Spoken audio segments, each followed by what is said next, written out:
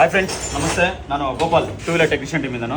Friends, ಇದು Ola S1 ಅಂದರೆ rear mono shocks ಇರೋದು, ಡ್ಯೂಲ್ ಶಾಕ್ಸ್ ಅಲ್ಲ, ಮೋನೋ ಶಾಕ್ಸ್ ಇದೆ. ಇದನ್ನು ಯಾವ ಥರ ಶಾಕ್ ಅಬ್ಸರ್ವರ್ ಚೇಂಜ್ ಮಾಡಬೇಕಂದ್ರೆ, ಇಲ್ಲಿ ನೋಡಿ, ಇಲ್ಲೊಂದು ಬೋಲ್ಟು ಇದು ಲೂಸ್ ಮಾಡ್ಕೊಬೇಕು. ನಂತರ ಇಲ್ಲಿ ನೋಡಿ ಇಲ್ಲೊಂದು ಬೋಲ್ಟ್ ಇದೆ ನೋಡಿ, ಇಲ್ಲಿ 14ದು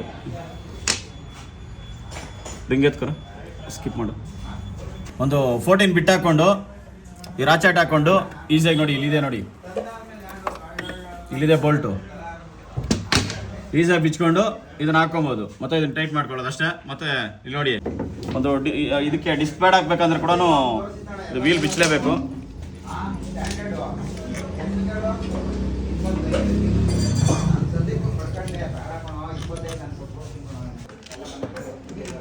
ನೋಡಿ ಅಷ್ಟೇ ಆಯಿತು.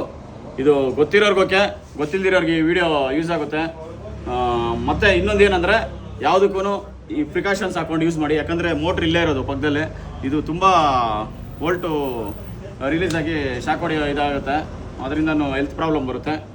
ಹಂಗೆ ಫಾಲೋ ಮಾಡಿ. Thank you.